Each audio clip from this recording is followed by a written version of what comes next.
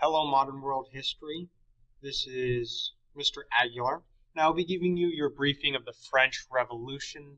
This is a 5Ws brief. You're going to utilize it to fill out your 5Ws notes, and this is also a great brief to refer back to if you're studying for your test at the end of Unit 3, Revolutions.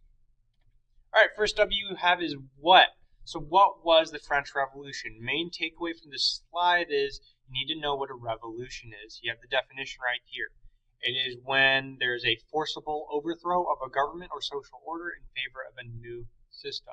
When I say forcible overthrow, I mean when something is replaced by force usually, and that thing is usually a government or social order, and whatever it is replaced with is an entirely new system.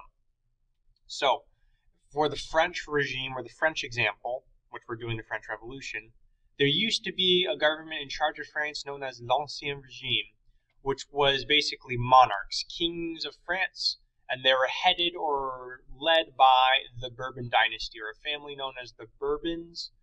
Their current leader, or their leader at the time of the French Revolution, at the start of the French Revolution, Louis XVI, was the leader of the l'Ancien Regime and the Bourbon dynasty. So during the French Revolution, you're going to see people in France replace this monarch by force, as you'll see, with something they don't really know yet, but they'll figure it out along the way, which kind of leads us into the next discussion. You're definitely going to want to have this in your notes as well. Revolutions tend to go through 4 stages. You're going to do way more work on this later, so just to save time, I'm going to just go over this really briefly. When old governments or social orders are overthrown in favor of a new system, they tend to, not always, you know how I don't like cyclical history, but revolutions tend to follow this timeline. Not the year's timeline, but the period flow of revolutions. And again, revolutions aren't just for governments. It can be for like tech revolutions, social media revolutions. This is the things that tend to happen. So at the beginning of revolutions, there just tends to be some moderate change. People aren't trying to like chop the head of their king off, which is what happens in the French Revolution at the beginning. In the moderate period, they're just asking for change kind of quietly, well, not quietly, but peacefully. They're like, hey, we don't really like how you're doing, King of France. So can you like change? Can you be a little bit better? Can we change how this government's run a little bit? You're going to be a little bit more peaceful. You're going to be a little bit more nice, trying to change the system. Usually why revolutions happen is because people lose belief in the system entirely, the government or social order entirely, and they feel the need to replace it with an entirely new system.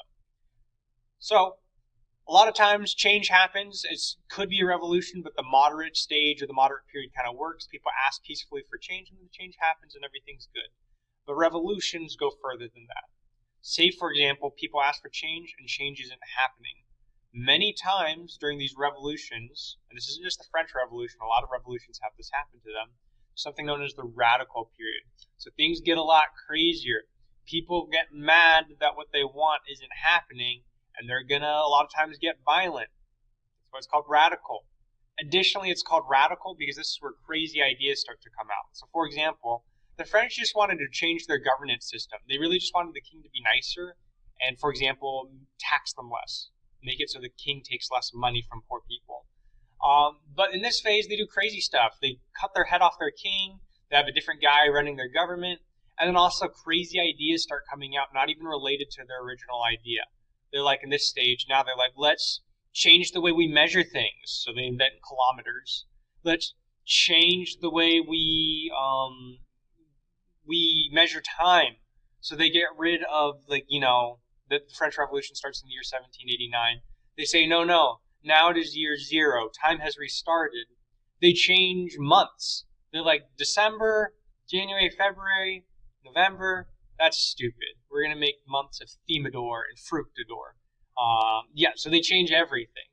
Usually radical periods is where crazy change that's not even related to what people were trying to do at the beginning happens.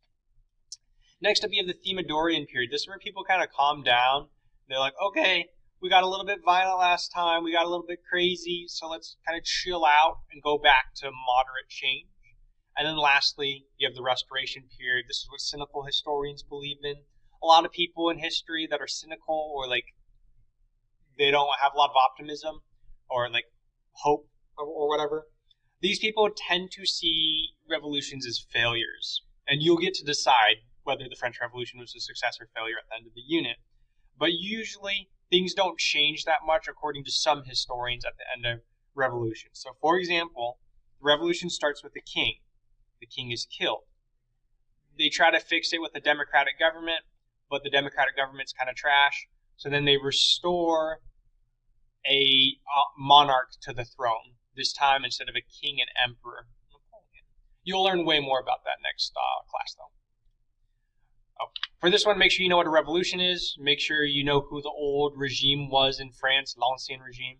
And make sure you have all 4 stages. You don't got to copy down all this stuff. Just have like 1, moderate period, 2, radical period, 3, Thermidorian period, 4, restoration period. Okay.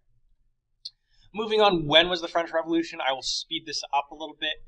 1789 to 1799 is when it was. It started when the king, Louis XVI, called the States General. That's when he's basically like, we have problems, which we'll get into the Y period, and we all need to work together to fix them. Usually the king just fixes all his problems himself, but he calls all the people in France together at this building in Paris to try to fix their problems. The French Revolution ends, according to some people, with the consulship or when Napoleon takes charge of the country. However, this is heavily disputed. Some people, which you'll debate at the end of the unit with an argumentative essay, debate that Napoleon was the hero of the revolution. He actually carried the ideas of the revolution forward, and he tried to make France a better place on the basis of the ideas of the French Revolution. Whereas some argue that Napoleon was a dictator, and he actually reversed the revolution. You'll decide that later, but a lot of historians say starts with the States General, ends with Napoleon, 1789 to 1799. That's what we'll go with, but you'll get to debate this later in the unit. So make sure you have the start dates, make sure you have the start and end dates, make sure you have the start and end dates and events. Who was involved in the French Revolution? There are going to be 3 groups, the clergy, the nobility, and the poor. This is how French society was structured back in the day. So everyone in French society belonged to one of these groups. You have the first estate, they were the clergy, they were 1% of the population. I know it says 300 votes, but they had 1 vote in the meeting known as the States General when they were trying to fix the problems of France. Clergy is like religious people. The next group is the nobility. This was 2% of the population, and they were like rich people who were like called like sir and ma'am, and they were like dukes and stuff like that. Third estate is everyone else, aka poor people. And that was 97% of the population, and they also had 1 vote. Why am I telling you this voting category and stuff? First off, I will say make sure you draw this triangle, and then you have the different estate types. So have like your triangle, top of the triangle with a very little part of it. First estate clergy, 1% of population, 1 vote. Second estate nobility, 2% of population, 1 vote. And then third estate poor or rest of France, 97% of population, 1 vote. Why am I going in on this quite a bit? So this is kind of how it worked. If you were, for example, you called everyone to the States General, this is what people would do in France. The king would be like, we need more money. And the clergy or the nobility would be like, oh, why don't we just tax the poor more? And the poor were like, I don't want to get taxed more. Because taxing is like when the government takes money from you, which we'll talk about later, to do stuff with your money. Hopefully for the better, but sometimes not, right? So this would happen. The poor would be like, we don't want to get taxed more. And then the states would be like, okay, well, let's vote on it. All in favor of making poor people pay more taxes. Then the first estate and the second estate would raise their hand, and the third estate wouldn't raise their hand, and then the first and second estate would be like, oh, too bad, poor people, or third estate, you got outvoted, so you got to pay more taxes. So this is a very abusive power relationship, I'll call it, where the first and second estate a lot of times ganged up on the third estate and made the third estate do most of the work. As you can see here, here's the first estate represented by this religious guy with the cross.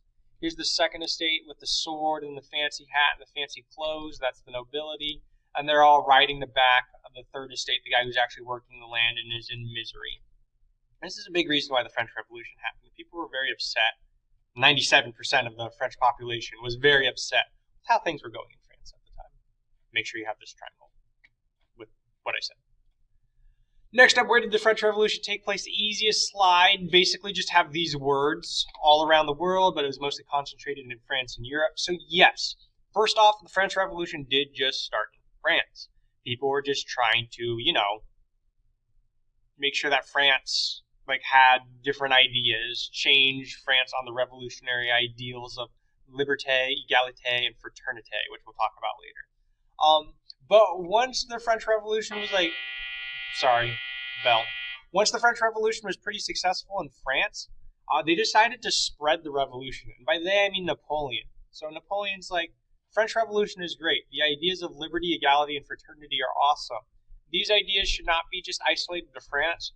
We should take over the world, or that's, debatable. We should spread our ideas, a lot of times through military conquest, to the rest of the world so that they can enjoy it, which we'll talk about later.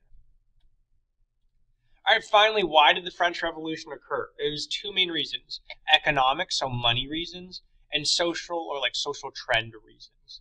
Economic. Louis XVI, the guy who was in charge of France at the start of all this, the guy who was in charge of l'Ancien Regime in 1789, at the start of the French Revolution, he was broke, or very poor, due to three things. Thing number one, he had no tax, or a lack of a taxable income. Thing number two, the American Revolution. And thing number three, there was the costly wars of his great-grandpa, the Sun King, a.k.a. Louis XIV. So number one, lack of taxable income. Louis XVI didn't have a lot of people he could tax. Why? Because his great-grandpa, the Sun King, Louis XIV, had all these wars in the 1700s and late 1600s. And a part of these wars, the Sun King was like, I need money right now, so I'm going to give people these deals where if they give me a lot of money right now, they don't have to pay taxes. But the only people who could afford this were the really rich people in society. So yes, Louis XIV got quick money, and a lot of money very early on to pay for his house and money and wars and stuff like that. But in the future, he didn't have a lot of people he could tax. As you can see right here, you have a little triangle or a pyramid. And I'm not trying to make some sort of statement about, we should tax the rich or poor more or whatever. I'm just saying this is what normal population or taxing pyramids kind of look like. As you can see, the top 1% here, so the 1% richest people in America pay about 40% of the taxes for all Americans. So that's a lot. And all the rich people made that deal with Louis XIV to not have to pay taxes if they gave him a lot of money just one time. So imagine America trying to function without 40% of our taxes. That's kind of what the Sun King did, which put his great-grandson, Louis XVI, into really bad financial straits, right? Secondly, you have something known as the American... So, yes, in conclusion, sorry, this is very complicated. In conclusion, Louis XVI didn't have a lot of money because he couldn't tax rich people because they made a deal with his great-grandpa 100-ish years ago, 80 years ago. Okay, next up you have the American Revolution. So the American Revolution is a very complicated thing. I know we as Americans have a specific view of it, we were so cool, we defeated the British, right? That's not really how the British or the French see it. They're yeah, those pesky Americans, I guess they got free, but the main way that they see this event is it was actually just a continuation of their hatred for each other. For reasons we won't get into right now, the French and the British hated each other for a really long time period. They only started liking each other kind of recently. Even that's debatable. But during the American Revolution, the French really saw this as a chance to get back at their hated British enemy.